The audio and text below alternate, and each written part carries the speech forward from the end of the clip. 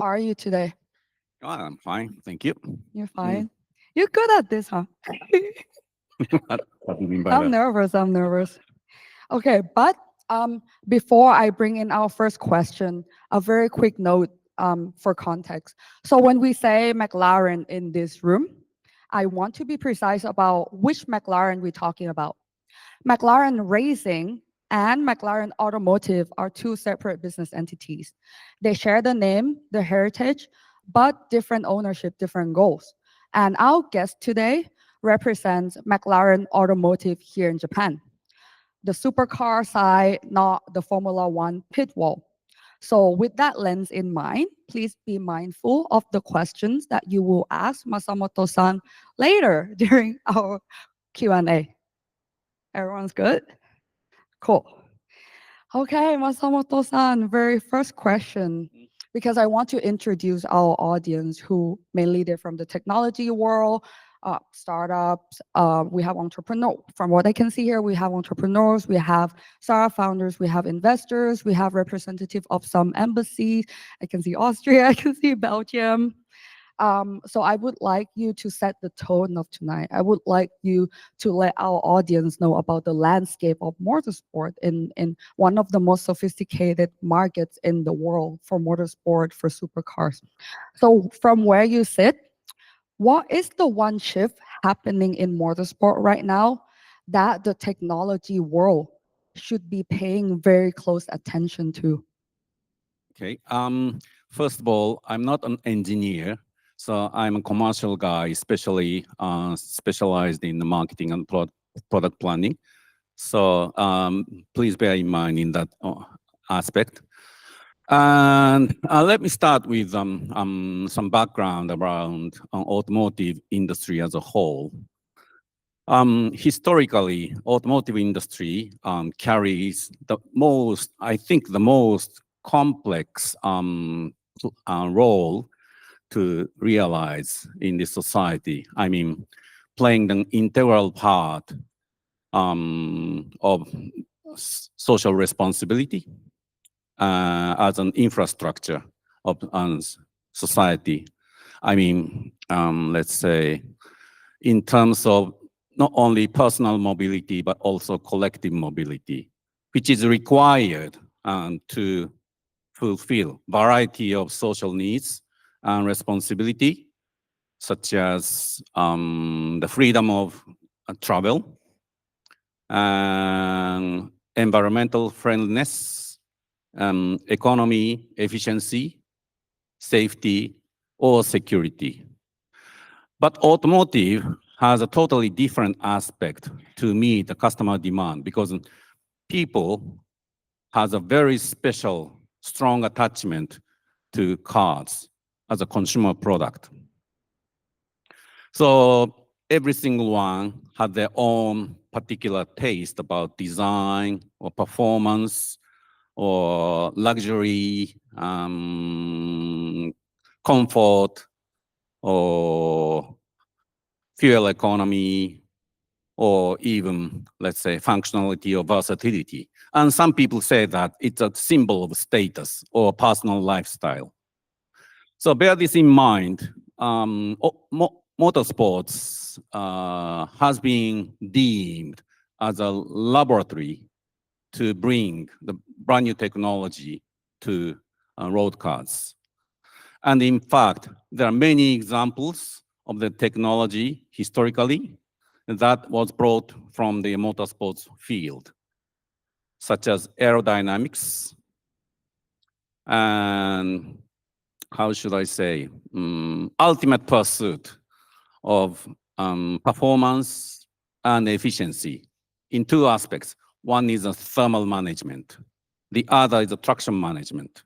So thermal management, as you know, like direct injection system, turbocharger, supercharger, and also hybrid technology. And nowadays, it's no longer thermal management, but recent example is an electrification, battery electric vehicle. It's a kind of energy management. As for traction management, needless to say, it's a starting from traction control, an all-wheel drive with torque vectoring system, or even the tire. Development tire is really amazing. It's the only contact between the road and car. So with this small contact patch. The other aspect would be lightweight and safety, such as crushable body or carbon fiber technology or some other materials, or even human-machine interface, such as automatic gearbox or telemetry system. So we are enjoying these benefits, which is originated from the motorsports in nature. But technology also has a strong influence to the back end of the business, like whole development process. The good example is a digital twin in simulation, so which cuts the time and cost quite substantially. And coming back to your question, this is in my view. Yes, technology can further enhance, I would say, the speed, physically, virtually. The good example would be the full integration of data science or deep learning of AI through AI, which will be fully integrated in every single development process, starting from material choice and conceptualization and design, engineering, and also manufacturing, and following even supply chains. That's my view. Wow. Any of you guys like ever known about any of this before? Like how complicated and how advanced like the technologies that are developed inside of the world of motorsports really are? Thank you so much for your very detailed answer. Right, I really agree with you. I also know myself that motorsport has always been where the world's most consequential technology gets proven before it reaches anywhere else. For example, road cars, like Masamoto-san mentioned, right? So I have two more questions for you. Since you're the head of Japan of McLaren Automotive, and I just mentioned earlier that Japan is one of the most sophisticated markets in the world for cars of any type, EV cars, supercars, which you will hear much more about in our other session, especially from Tom's racing session, which will talk about EV. The second question for you, Masamoto-san. McLaren road cars and customer racing sit at the extreme edge of what is technically possible in a production vehicle. So from that vantage point, even though you're a commercial person, I understand, but this one is a technology event. We have a lot of technologies here. So what is the technology coming out of motorsport right now that you think the rest of the world has not fully understood yet? If you are allowed to pick just one, because I know as a technology person working in motorsport myself, I know that there are plenties, one of which being the tire. Tires are really complex, you guys. So if you can pick one, what would it be? Technology coming out of motorsport right now that you think the rest of the world has not yet fully understood, or something that could actually surprise them, maybe. Yeah, it's a difficult question because there's no such eye-opening, let's say, new technologies.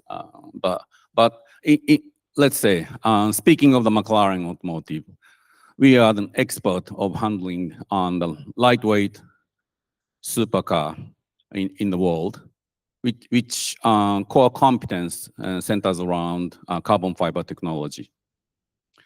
So this is our competitive edge because considering the power in performance in physics, the lightweight solve almost all problems. And also lightweight is the quickest way to win the race in even acceleration, deceleration, cornering speed. And also this is environmentally, well, recently there is some controversy, but in general, lightweight is saving the fuel and also less road damage which is a controversial topic these days among battery electric vehicle. And we are teamed up with University of Sheffield and offering our expertise even to the aerospace and also aviation industries, because this is a pure in-house development nowadays. And another aspect would be, as I mentioned, the thermal management, because every single design of our car has a meaning.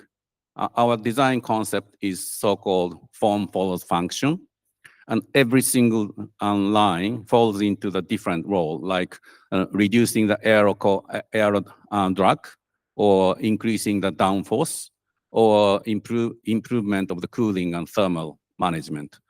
So this is nothing new, but the degree that we are pursuing this level is so intricate. You'll be amazed once you to take a look at the our cars under the hood, because all the air channel is so intricate and has a different, let's say, purpose for cooling or some other functions. That's cool. I have another question for you, and we have to wrap up really soon. So this one, and after this one, we'll take one question from our audience. So the last question, I mentioned many times that Japan is one of the most technologically sophisticated motorsport market in the world, right? Here we have Honda, Toyota, Toms, for example, Suzuka, decades of engineering culture. And as McLaren's representative here, where do you see the biggest opportunities and where do you see the gaps that still need to be closed? If there's none, feel free to say if there's none. Well, I used to work for Japanese company, US-based company, a German company. But, well, this is my personal opinion. There's not much, let's say, difference in terms of the technological capability. But I would rather say that it's, and that, let's say, the difference lies in the form of organization of people, I would say. So, agile organization unit, quite snappy decision making, and also lean chain of command.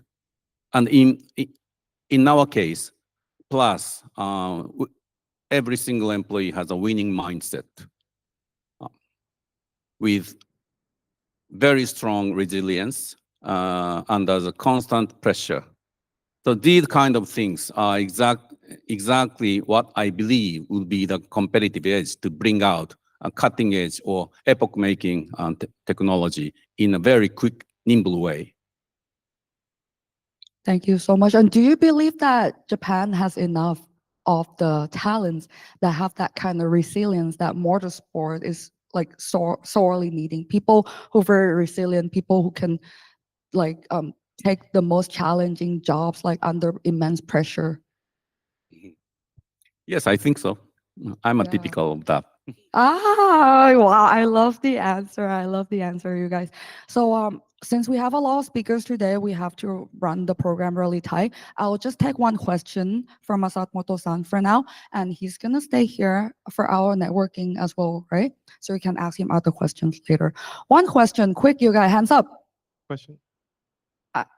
Yeah. Four.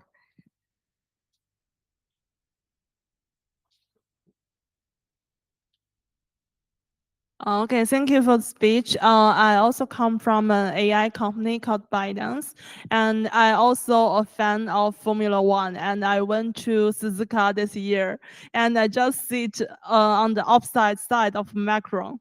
Yeah, so congrats. Yeah. So my question is, because you mentioned digital twin and simulation reducing development time and cost, do you think the same kind of simulation mindset could also change customer experience, motorsports contents, or fun engagement? That's very valid question. I don't have a clear answer, but nowadays, in Japan, motorsports is perceived as somewhat of, let's say, dirty thing, unlike the other part of the world. Because I was so surprised to visit the British Touring Car Grand Prix a long time ago, and that was amazed because it's a kind of family picnic destination. While in Japan, it's a man world.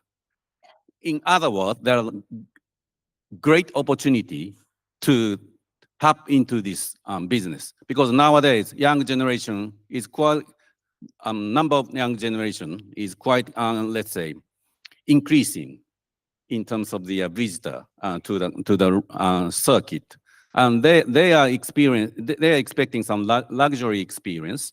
So by offering let's say tech-based customer experience and also sophisticated hospitality on the track, there will be a great business popping up from my perspective. That's what I believe, what I'm trying to, let's say, tap into these days.